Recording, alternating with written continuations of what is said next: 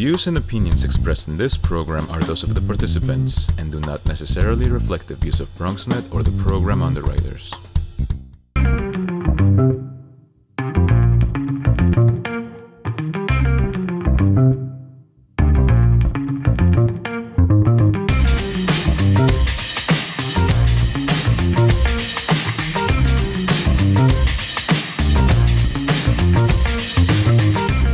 Hey there, welcome to the Bronx Buzz. This is BronxNet's program where we talk to writers and journalists and editors and filmmakers, photographers. In our second segment, we're going to talk to an author of a children's book, a Bronx author. You may know her from her artwork and her murals that are all over town. But that's for our second segment. For our first segment, we're going to put our serious hat on and say good evening to Yoav Gonen, who is the City Hall reporter for the city. Nice to have you with us, Yoav. Hi, thanks for having me.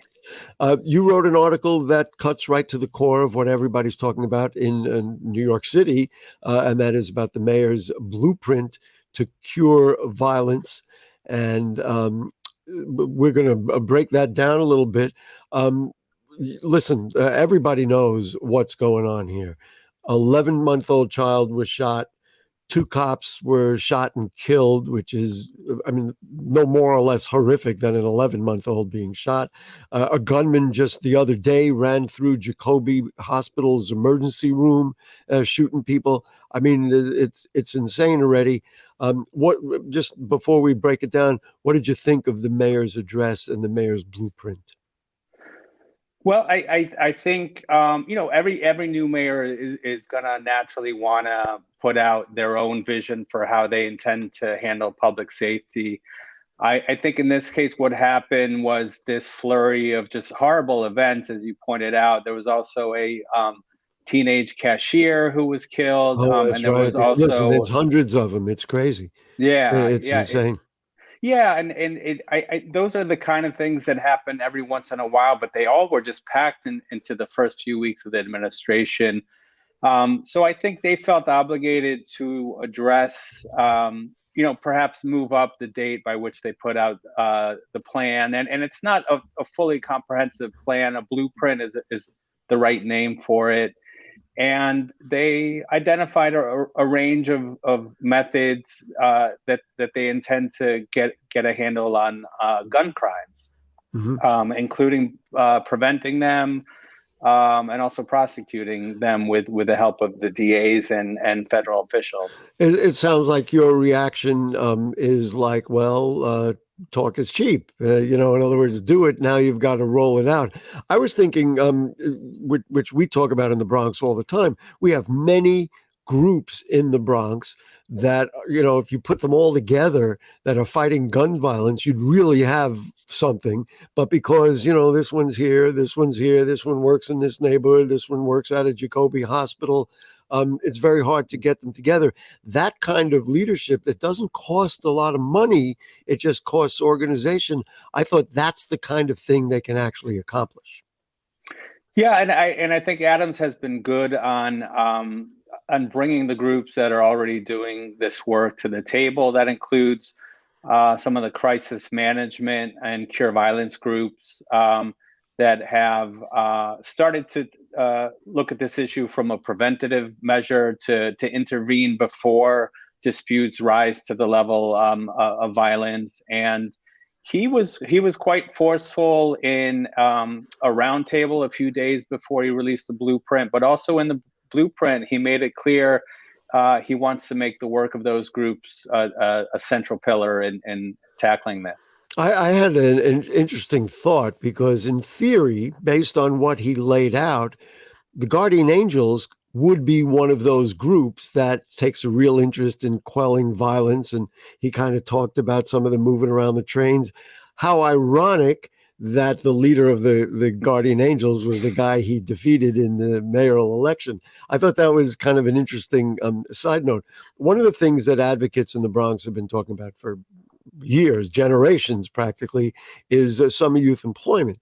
And he talked about, putting money and widening the idea of summer youth employment, get the kids off the streets, give them something productive to work on.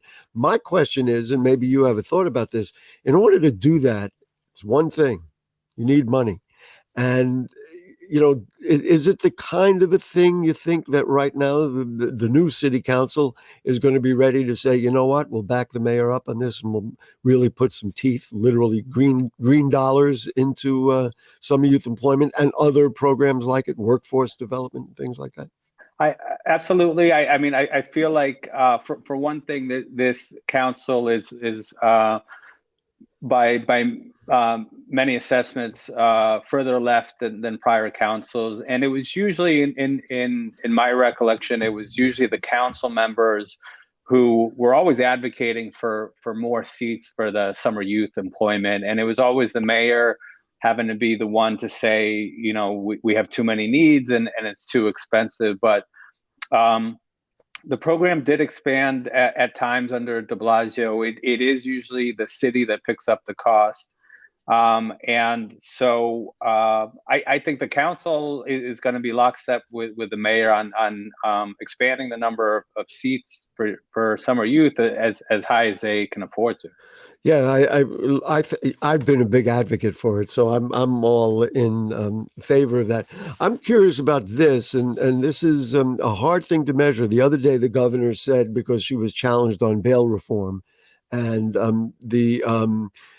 she said, I'd like to see hard data showing exactly how many people who had been arrested, who've been let out on the streets, commit further crimes, because I guess none of us can forget the fact that if somebody is innocent till proven guilty, it's really the wrong thing to do to incarcerate them for even a year, or, we know what happened to Khalif Browder at that time. So what are your thoughts about the idea of bail reform? Is this the kind of thing to move the state legislature so they change the rules, give judges more discretion and all that kind of thing? Well, I think you're right that everyone wants to see the data. You have to be able to point to specific cases and say that if the bail laws were different, if judges had the discretion to incarcerate somebody because of perceived danger, which is what Adams is advocating for, and by the way, Mayor de Blasio also advocated for that, but you have to be able to point to specific cases where that would have made a difference. And I think that's what's been lacking from the side of the advocates who want the bail reform amended again to bring it back a little bit. You're around City Hall often enough. Do you have the sense that because the mayor has been very hesitant to criticize the Manhattan DA, who really threw some things against the wall that I don't know if they didn't stick for a lot of the population. Do you have the sense that maybe the mayor at some point is going to say, hey, Alvin, let's cut back here, or let's not be so serious about this. We got a big crime problem, and image-wise, you're not even helping. I think the mayor is going to try to use as much of his influence as he can to steer Bragg toward his purview, toward his view on how to handle crime. The governor also had a meeting with the district attorney, and I think people are going to try to sway him as much as they can.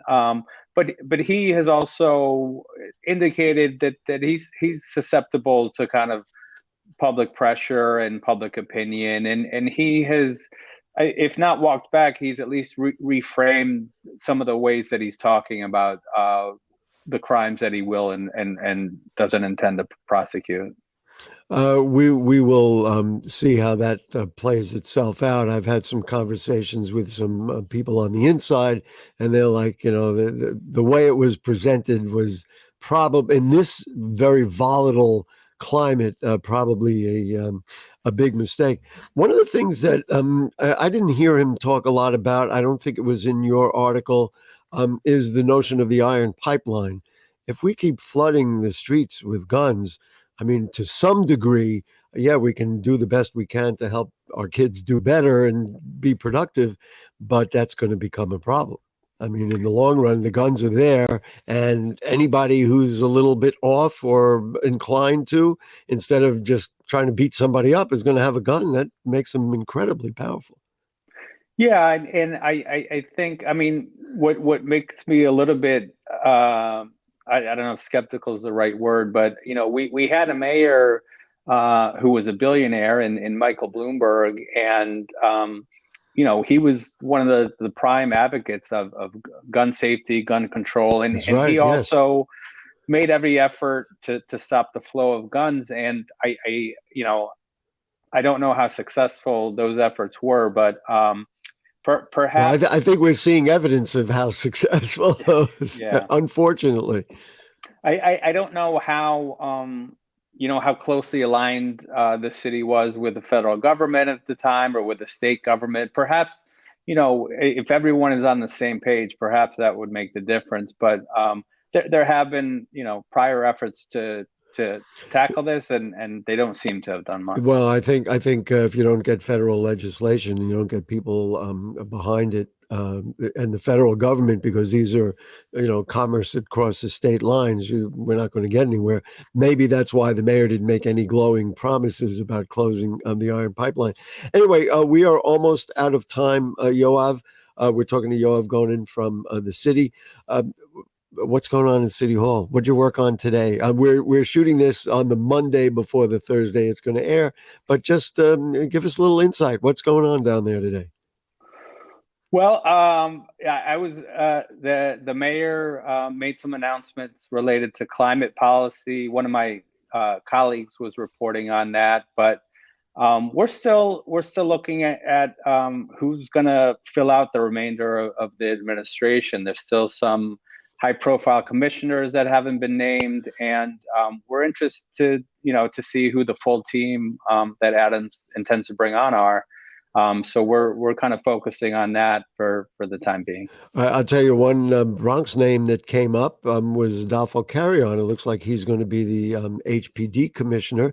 Now that's interesting because in his post borough presidency, he worked, in the private sector. It will be interesting to see how well he understands it from the public sector's side. In this case, of course, he did work out in the White House. Anyway, Yoav Gonen, thank you so much. We hope we advise everybody to check out the city, and we are always going to continue to look for your work in the city, and we appreciate your time with us this evening. And keep writing about the Bronx. We love having you. Sounds good. Thanks for having me. Great. Okay, Yoav Gonen from the city. We're going to take a short break, and when we come back, we're going to talk to Laura Alvarez, great Bronx artist, and it's not a mural this time. She's got a children's book, so we'll do that right after this. Don't go away.